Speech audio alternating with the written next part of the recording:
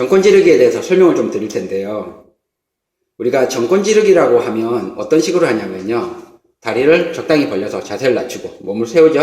자, 그리고 준비 상태에서 허리 회전을 이용해서 자, 주먹을 힘껏 지릅니다. 셋, 넷, 셋, 넷. 뭐 이런 식으로 하는데요. 이 방식으로 하면은 우리가 생각하는 이상적인 정권 지르기랑 두 가지 면에서 좀 달라요. 첫째는 팔의 궤적인데 우리는 막연하게 팔이 일자로 간다고 생각을 하잖아요. 근데 이 방식으로 하면 팔이 훅처럼 옆으로 돌아가게 되어 있어요. 팔꿈치가 몸통에서 떨어져서 가죠. 두 번째는 주먹의 회전인데요. 주먹이 끝에 아니면 뭐 후반부에 이렇게 돌 거라고 생각하는데 이 방식으로 하면 허리를 떠난과 동시에 주먹이 돌게 돼 있어요. 이런 식으로. 자, 왜 이런 현상이 일어나냐면요. 우리가 힘을 쓰기 위해서는요, 힘을 모으는 단계가 필요하죠. 멀리 뛰기 위해서는 몸을 움츠려야 되고요. 힘을 수축하는 단계가 없어서 그래요.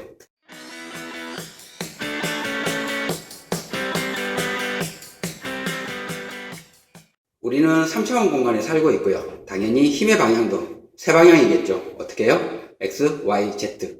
그런데 허리 회전은요, Z축의 방향이에요. 그러면 X, Y가 있어야 될 텐데, 이 X, Y가 뭐냐면 가슴과 배예요. 즉, 허리를 회전시켜서 힘을 쓰기 전에요, 가슴과 배를 수축을 시키는 거예요. 그럼 어떻게 되냐면, 자, 이 상태에서 수축, 그리고 허리 회전과 동시에 몸통의 팽창, 하나, 둘, 빵! 이런 식으로 정권 지르기를 하면 되는데, 이게 수축 이후에 팽창의 동작이요, 좀 어색해요. 그래서 어떤 방식으로 하냐면, 오른쪽 골반, 왼쪽 팔, 오른쪽 주먹, 이 순서대로 움직여주는 거예요. 어떻게 해요? 하나, 둘, 셋, 퉁. 자, 반대도 하나, 둘, 셋. 갑니다. 하나, 둘, 셋.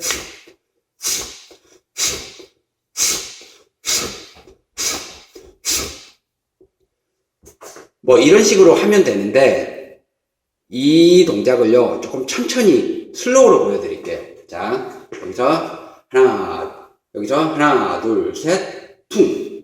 다시요. 더 천천히 하나, 둘, 셋. 힘이요 발에서부터 치고 올라와서 몸통을 거쳐서 팔까지 이동을 해요. 웨이브를 타죠.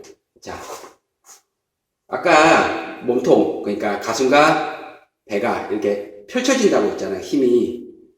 이 상태에서 하나, 둘, 셋 하면 몸이 이렇게 펼쳐지는 건데 다리가 지면에 닿아 있어서 힘이 밑으로 못 내려가니까 반탄력으로 다시 올라와서 주먹에 집중이 되는 거예요. 어떻게? 하나, 둘, 셋, 퉁. 이런 식으로 해요.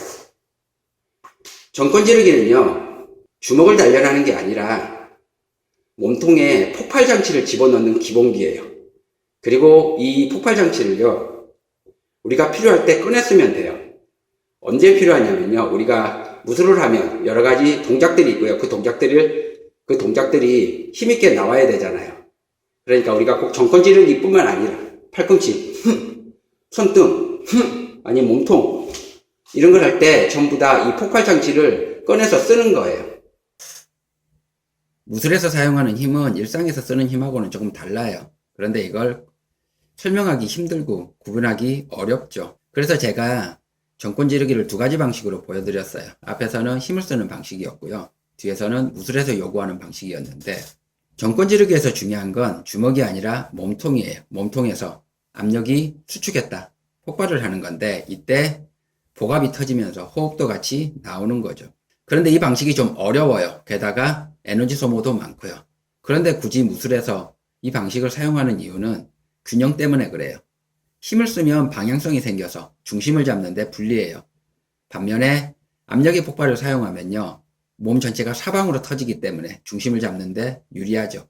그리고 짧은 거리에서도 힘을 쓸 수 있다는 장점이 있어요. 제가 첫 시간에 무술은 개념이 있고 그 개념을 연습하는 방편으로 기술이 존재한다고 했는데 바로 이거예요. 압력의 폭발이라는 개념을 익히기 위해서 정권 지르기라는 기술을 연습하는 거예요. 즉, 우리가 실제로 사용하는 건요, 정권 지르기라는 형태가 아니라 압력의 폭발이라는 개념이에요.